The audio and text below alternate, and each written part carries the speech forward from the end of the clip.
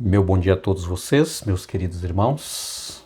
Esse é um momento importante para nós, é um momento do nosso estudo da nossa lição. Por isso nós estamos aqui na nossa sala, nesta quarta-feira, ajudar os feridos, A mensagem da nossa lição de hoje. Temos como base do nosso estudo Lucas capítulo 4, verso 18. Quero dizer para vocês que esta lição é uma lição muito importante, Porque vem mostrando aqui para nós o exemplo de Cristo, tá? E nós devemos seguir o exemplo de Cristo em ajudar os feridos, tá? Vamos orar pedindo a Deus a sua bênção, a sua direção na nossa vida, para que nós possamos ter a clareza do Espírito de Deus, através da sua luz, para compreendermos esta tão importante lição para nós. Vamos orar? Nosso Deus amado e querido Pai, neste momento, nesta quarta-feira, propriamente nesta manhã, aqui estamos, Senhor Deus, para mais uma vez estudarmos a Tua Palavra e tanto quanto outras lições nós queremos aprender e por isso pedimos ao nosso professor Espírito Santo, Deus Espírito Santo, para que Ele nos capacite, iluminando a nossa mente para a compreensão. Quero pedir uma bênção por todos os meus irmãos que estão comigo nesta sala, em nome de Jesus. Amém. Muito bem, queridos, ajudar os feridos, O Espírito do Senhor está sobre mim, porque me ungiu para evangelizar os pobres, enviou-me para proclamar a libertação aos cativos e restauração da vista aos cegos, para pôr em liberdade os oprimidos e anunciar o dia aceitável do Senhor. Aqui no capítulo 4, verso 18 de Lucas, vem mostrando para nós que certa feita Jesus estava no templo e a ele foi pedido para que ele abrisse as Escrituras e pudesse ali ler a palavra de Deus. Quero dizer para vocês que nesta ocasião, neste momento, as Escrituras Sagradas era apenas o Antigo Testamento, ainda não existia o Novo Testamento. Tá? Então, quando Jesus disse assim, examinai as Escrituras, Jesus estava falando naquele presente momento do Antigo Testamento. Tá? Quando o apóstolo São Paulo diz assim, olha, toda a Escritura foi inspirada por Deus e é útil, para o ensinamento, para a correção, para a educação, para que o homem de Deus, seja educado na justiça, enfim. Ali Paulo estava falando também, queridos, naquele presente momento do Antigo Testamento, porque ainda não existia escrito o Novo Testamento. É claro que toda a Bíblia foi inspirada por Deus, inspirada pelo Espírito Santo. Até aquele presente momento existia o Antigo Testamento, que era chamado a Torá. E alguns anos depois, é que foi inscrito o Novo Testamento, que também foi inspirado pelo Espírito de Deus. Então, a forma como a Bíblia menciona toda a Escritura, nós entendemos que é toda a Bíblia Sagrada. Ok? Muito bem. A essa referência aqui, mencionada por Jesus em Lucas, no Evangelho de Lucas, capítulo 4, verso 18, Jesus estudou ali naquela manhã de sábado, quando a ele foi pedido para ler alguma parte da Escritura, propriamente o capítulo 61 de Isaías, verso 1 e 2, que aqui o capítulo 4, verso 18 de Lucas é apenas uma confirmação da leitura que Jesus fez, tá?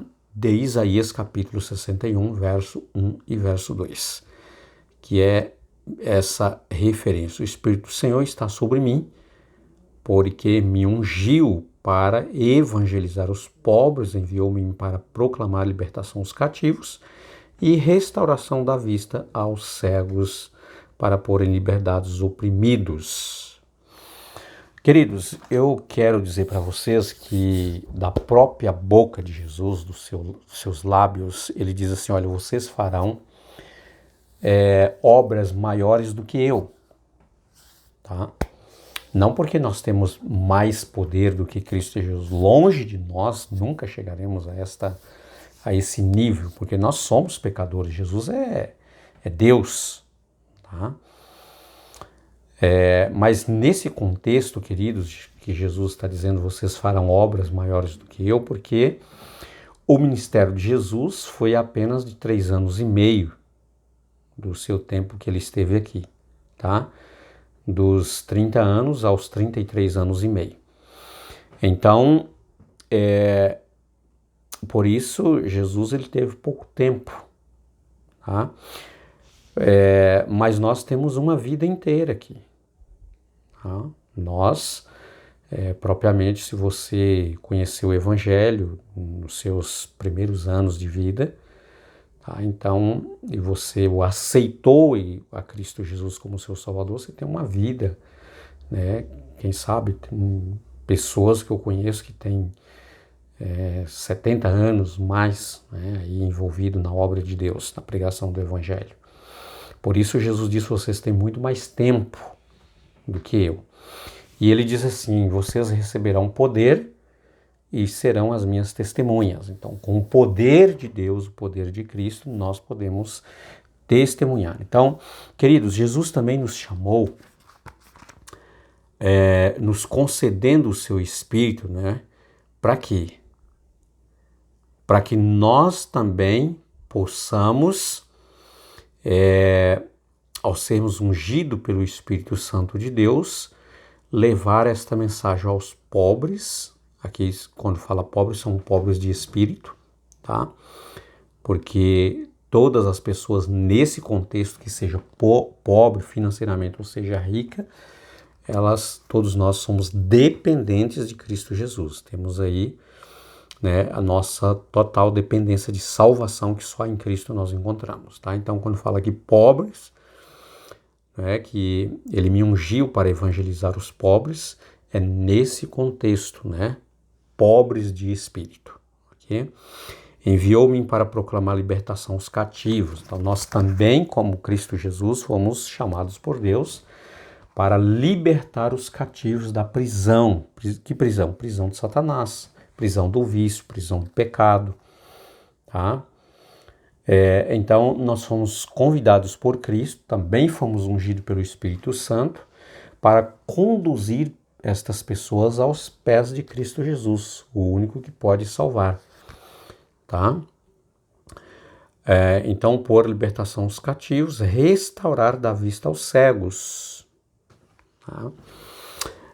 Você e eu, queridos, fomos chamados por Deus para restaurar a visão dos cegos, aqui no contexto espiritual, cegos, pessoas que não conseguem enxergar, né? Aí, como diz o ditado, um palmo à sua frente. Por quê? Porque ela está em treva, ela está cega espiritualmente, ela não consegue enxergar, né, o plano de Deus para ela.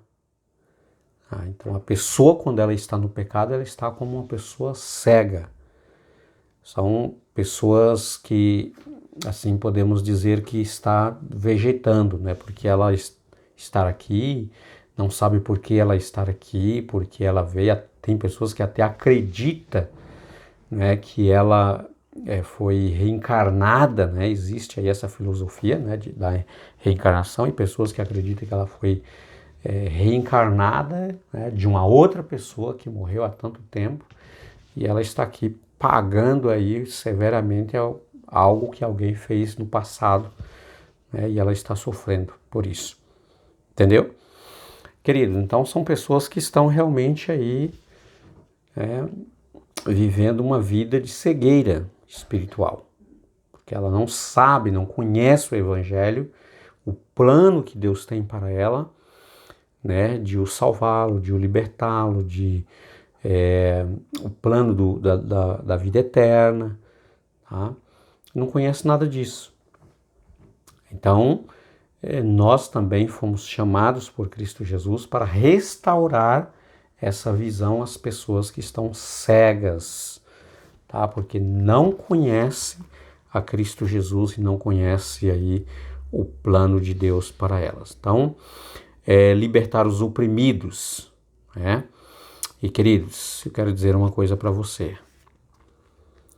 Nunca na história do mundo se gastou tanto dinheiro com pessoas que estão vivendo nesta condição. Pessoas, né, com problemas sérios de opressão. Vivem aí oprimidas, com grandes problemas de saúde, né? Saúde mental. Exatamente por causa da opressão do pecado. Porque ela não conhece a Cristo Jesus. Jesus disse assim, olha, se você está cansado, está oprimido, venha a mim que eu te aliviarei. Tomai sobre vós o meu jugo e aprendei de mim, porque eu sou manso e humilde de coração, e achareis descanso para a vossa alma. Então, o pecado tem oprimido de tal maneira, queridos, o mundo, as pessoas, né, que elas vivem sufocada, tá? Vive num túnel sem fim, sem saída. Tá? Então vive nessa opressão. Por quê? Porque muitas vezes não conhece a Jesus, que pode libertá-los. Então Jesus nos chamou para apresentar um evangelho que liberta, um evangelho que tira pessoas da opressão do pecado, da condenação, para que ela possa viver em liberdade. Nenhuma condenação há para aqueles que estão em Cristo Jesus. Então, quando a pessoa conhece a Jesus e aceita como seu Salvador, tá? Então, essa opressão da condenação, essa acusação do pecado, tá? Isso é retirado pelo poder de Cristo Jesus. Então a pessoa fica liberta, porque ela em Cristo Jesus não tem condenação, porque Jesus pagou o preço da sua redenção. Tá? Então Deus nos chama para atender às necessidades de todos, apesar de não sabermos se algum dia aceitarão a Jesus. Tá? Então esse é um ponto bastante importante. Tá? Quando você chamado e você tem a condição e atende à necessidade de uma pessoa que está ferido por causa do pecado, tá? Está passando por uma certa dificuldade de sufoco, aí você tem condição de ajudá-la e libertar essa pessoa, conduzindo ela a Cristo Jesus, tá? A primeira coisa que nós precisamos entender, queridos, é que nós fomos chamados independentemente, tá? Se um dia essa pessoa ela vai atender o apelo de Cristo Jesus, do Espírito Santo ou não, tá? Essa não é a visão que nós precisamos ter, embora seja o nosso desejo, a nossa vontade, porque nós já conhecemos e sabemos o resultado, né, que vale a pena andar com Jesus, viver com Ele e ser liberto por Ele. Mas isso não quer dizer que por você ajudar uma outra pessoa, tá, que ela não tem esse conhecimento, se ela vai abrir o coração dela para Jesus ou não, esse não é o nosso caso. Não é o nosso trabalho, não é a nossa obra. Isso é obra do Espírito Santo e o Espírito Santo só pode o fazer se essa pessoa dá liberdade para ele abrindo o seu coração, tá?